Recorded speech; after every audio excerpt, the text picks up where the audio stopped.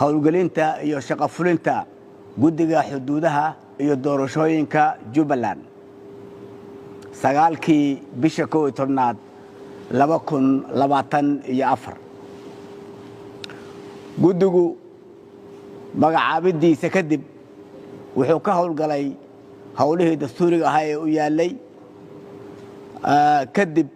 markuu baarlamaanka Jubbaland ansixiyay 10kii bisha 11aad